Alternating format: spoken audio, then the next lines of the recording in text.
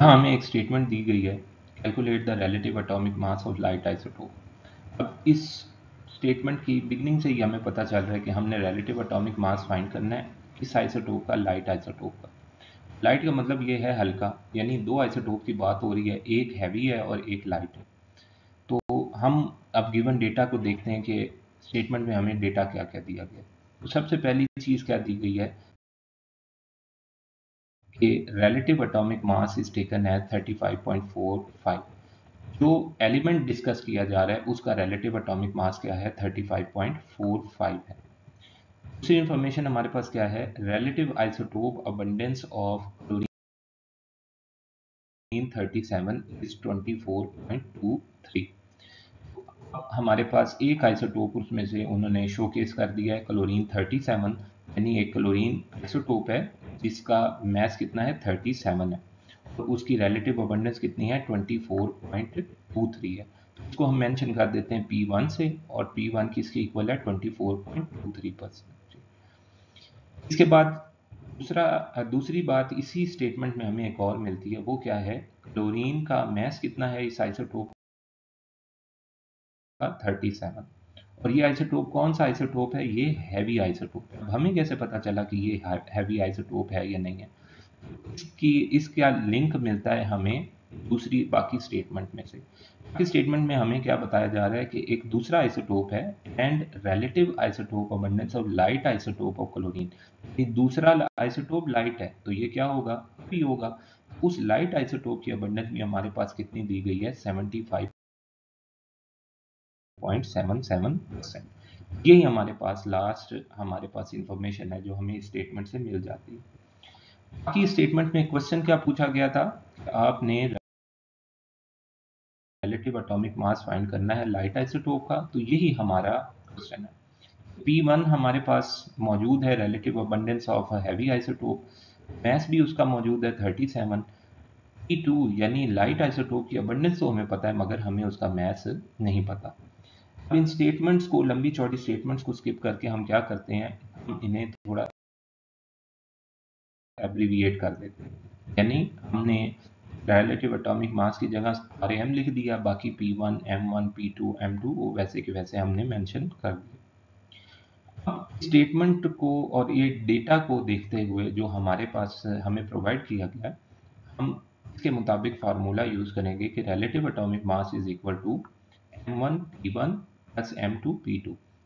एक आइसोटोप का हम प्रोडक्ट लेंगे, मास और रिलेटिव अबंडेंस का, उसे ऐड अप करें देंगे दूसरे आइसोटोप के मास और रिलेटिव अबंडेंस के प्रोडक्ट के अंदर, और इन्हें डिवाइड करेंगे 100 से।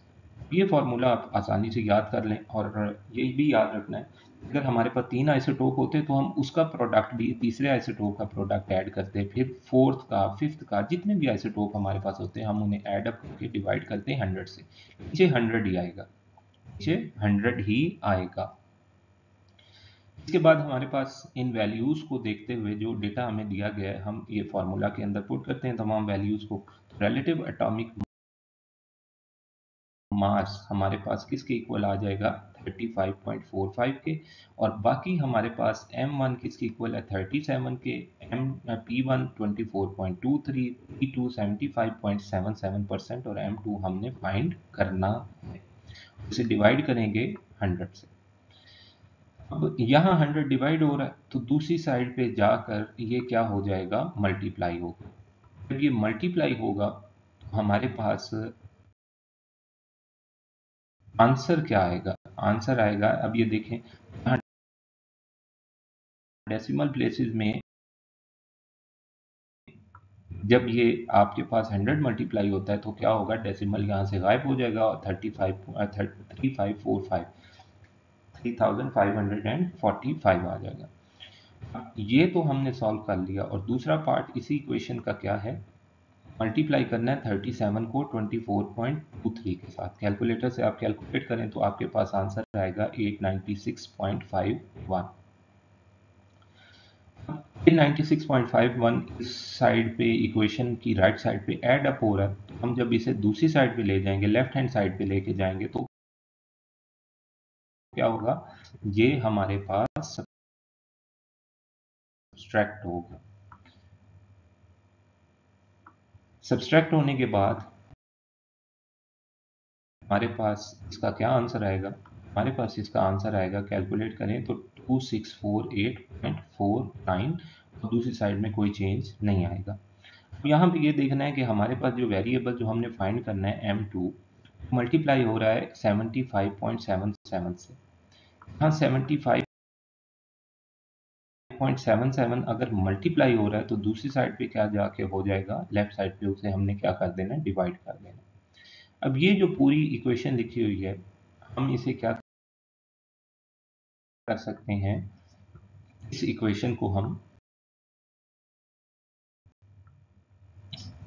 इस तरह भी लिख सकते हैं कि m2 is equal to 2648.59 divided by 75.77। अब जब आप इसे कैलकुलेट करेंगे तो आपके पास बहुत आसानी से क्या आ जाएगा, इसका मैथ आ जाएगा कि लाइट आइसोटोप का मैथ कितना है, 34.95। यही हमारा आंसर है।